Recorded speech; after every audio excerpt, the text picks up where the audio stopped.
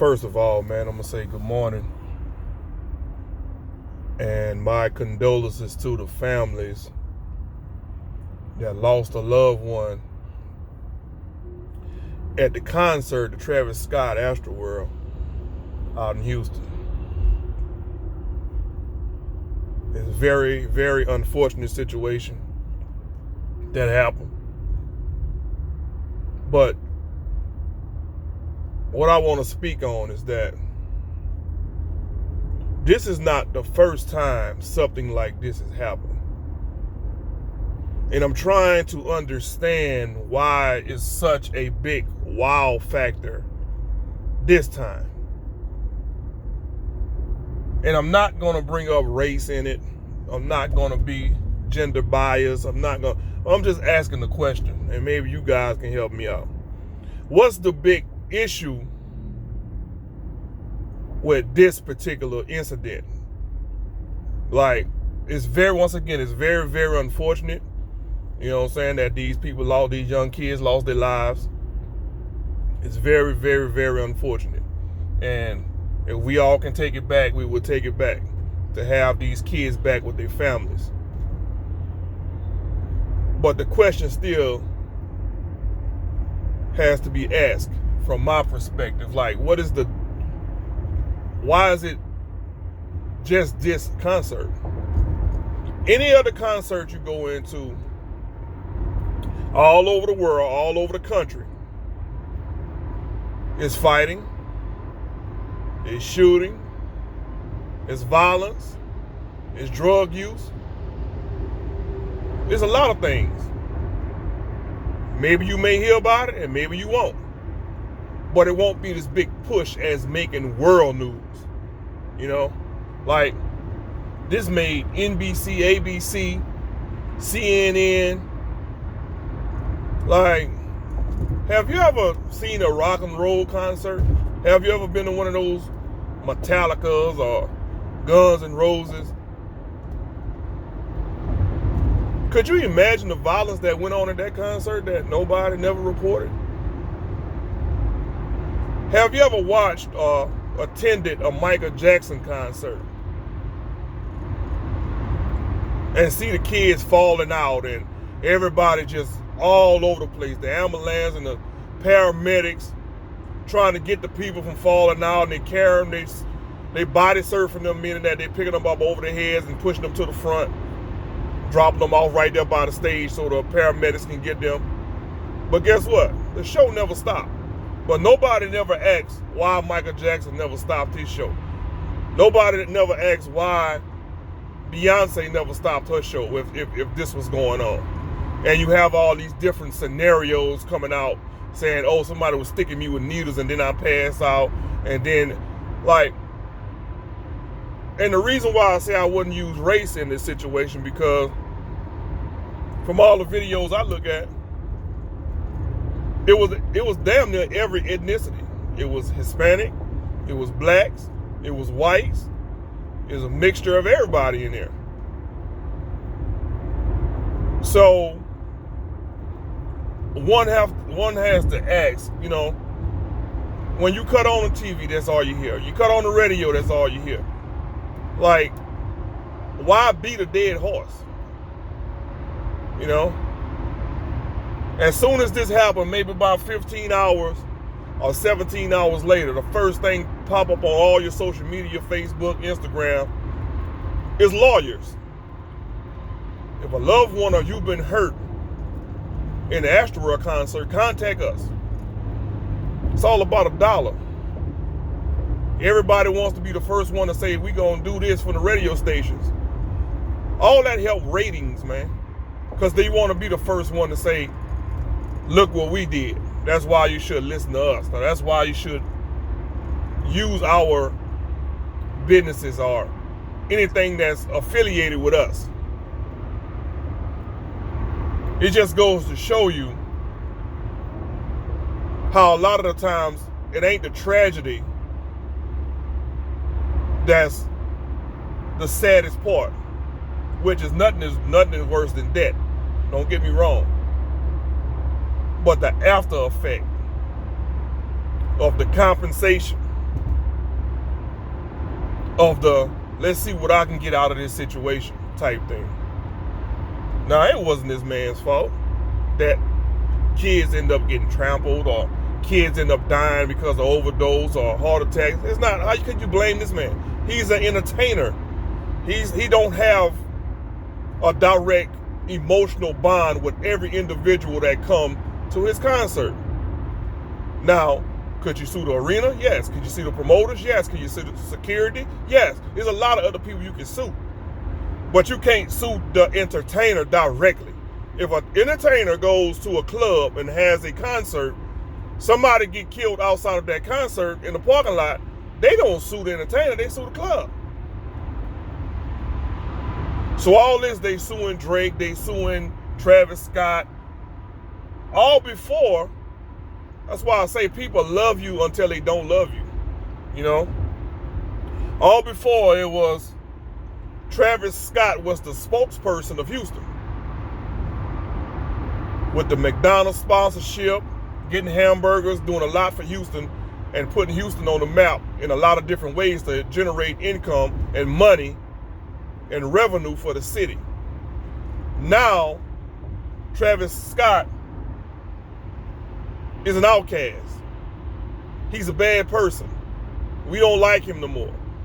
Ban him out of Houston. Ban him from the city.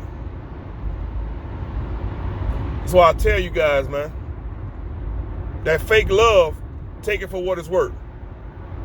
Because one day that shit can be here, they loving you, and the next 2 hours you the worst person in the world. And that just goes with life in period. As long as you saying yes to a person, they love you. That first no, you tell them, you done told them 2 million yeses. You the best, most wonderful person in the world.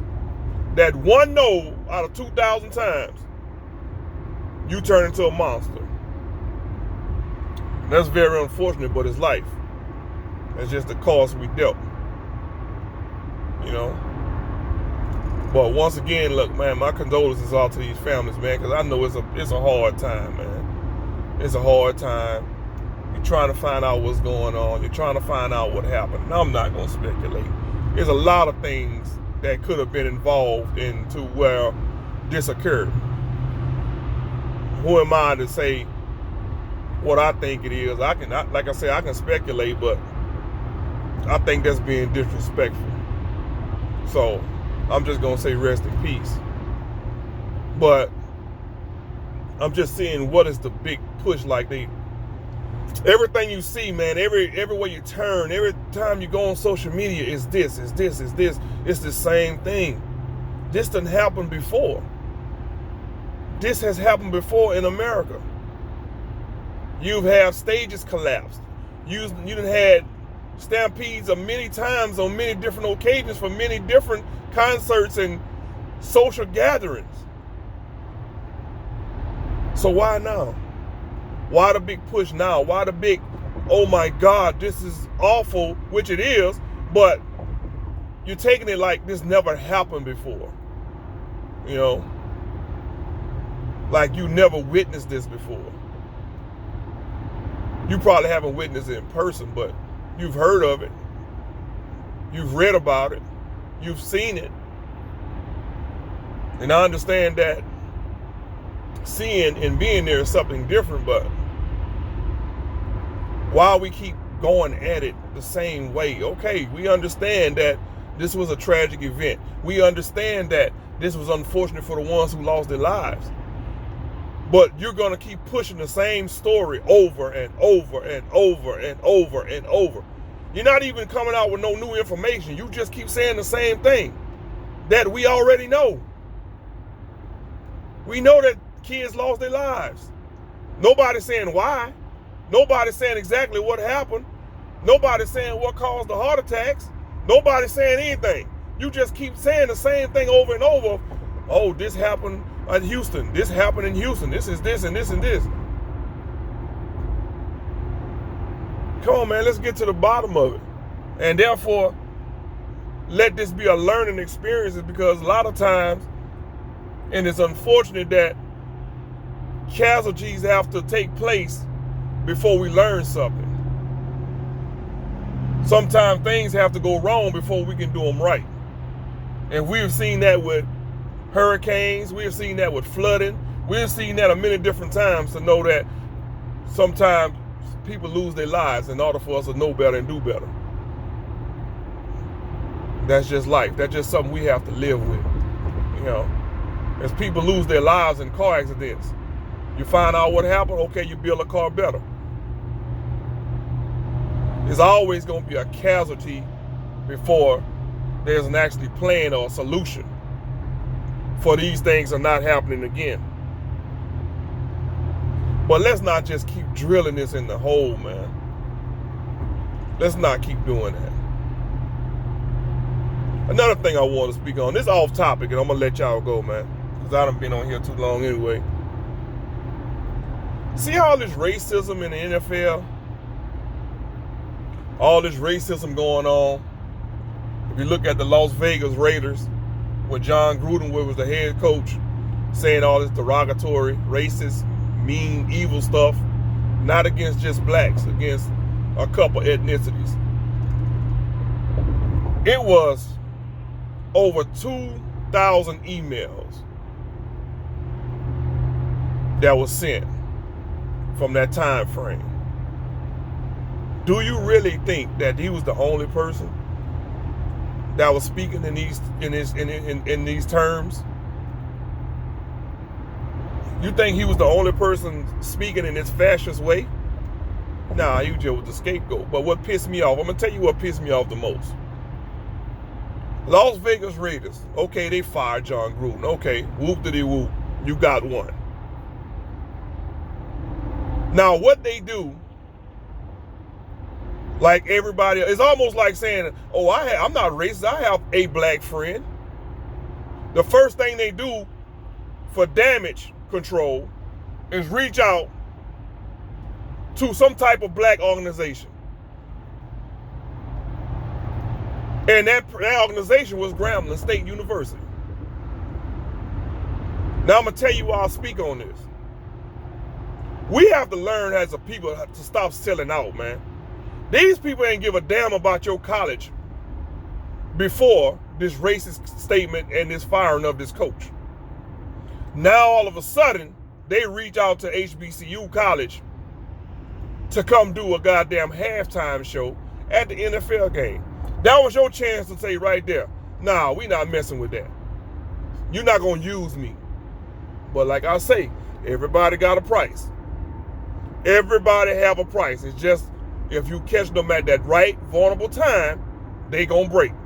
Man, female, it don't matter. Your mama, your grandma, everybody have a price. It's just about catching that person at the right time. And they sold out. They sold out for whatever price it may have been. Them people could have cared less about your ass marching on that field. They just wanted to say, hey, look, we got some black people. It's not us. It was him. We'll learn one day, man. But y'all stay blessed, man, and have a good day. I'm gone.